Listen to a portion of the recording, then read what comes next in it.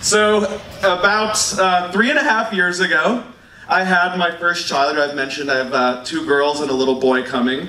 And when my daughter was born, you know, like most dads or most parents out there, I'd hope you'd think it's one of the greatest days of your life. I was elated. But I also lived in Portland, and that day it was Halloween. We had the famous Halloween flood of Portland, Oregon of 2015. Actually, the parking lot flooded so much, ambulances couldn't get in and out. One of the MAX light rail trains was halfway underwater. It was kind of a crazy day. Fortunately, we were safe in the hospital, but around us, there was a disaster happening.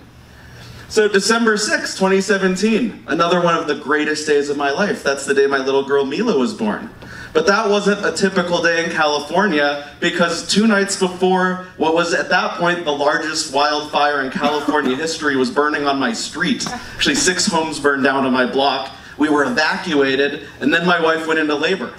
So, kind of a unique experience. I actually, you know that in movies when the dads drive to the hospital really fast, they have that route planned out? Well, I didn't get to do that. I drove down this road, US 101, literally with flames on both sides of the road. My wife was like, I'm gonna film it so you can look at the road and stop looking at the fire. It was crazy. My wife's pregnant again.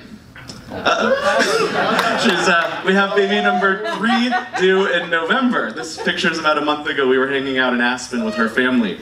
But since she's been pregnant, we've had 2 earthquakes where we live now in California. This was actually in July, if you guys saw in the news, the week of July 4th. We had 2 of the biggest earthquakes in the last 20 years in California. I live in a little city called Ventura, and the first one I felt the shaking.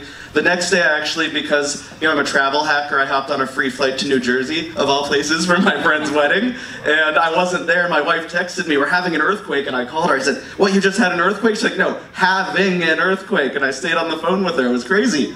Now, looking back, having a baby during a disaster, particularly that fire, can be stressful. And having now done this with a flood and a fire, and living in California, the earthquake signs are there, it seems like I've become an expert in how to have a baby during a disaster, so that's what I want to teach you all tonight. First, be prepared. Any parent that's had a baby, you have your hospital bags ready to go. And you may want to take it to the next level though, like doomsday prepper style. Have your bug out bag ready. You need fresh clothes, things you would need at the hospital anyway. Of course, airplane candy boxes. You need hot tamales, whether you're going to be dealing with a fire or a new baby. You gotta have your sugar levels up. Your bottled water is important. You never know what route you're going to have to take. Rule 2, have a backup plan. I live about a 4-minute drive from the hospital we plan to deliver at.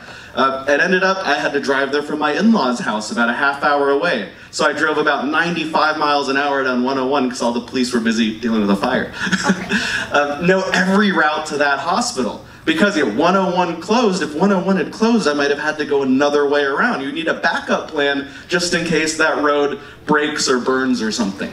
Rule 3, have a backup hospital. Now we were lucky enough, we were able to go to our planned hospital. It was still open, everything was fine, we called the doctor. But we were actually closer at that point to Santa Barbara and almost had to make the last minute decision to go to Cottage Hospital, the opposite way of the city that was on fire, which maybe we should have done. Rule 4, go on the news. I had a baby during a fire. I'm a blogger. I had put it on Twitter and all of a sudden I was on CNN. I actually did a phone interview on CNN International all the way around the world. A couple days later I got home. I went on CBC in Canada twice. I did KISS FM nationwide on the radio with Clear Channel. I went on HLN with a 4-hour-old baby sitting next to me. I was like, please don't cry, please don't cry. So, take advantage when you have an opportunity. But rule number 5, even if the news is calling, put your family first, because while you might have a situation causing PTSD right now, you're all going to be together forever, and you want to look back at memories and happiness of welcoming your child into the world, no matter what was happening at that time. It was also a great thing in our city. I was actually in a documentary about having a baby during a fire. They made a movie about the fire in our city.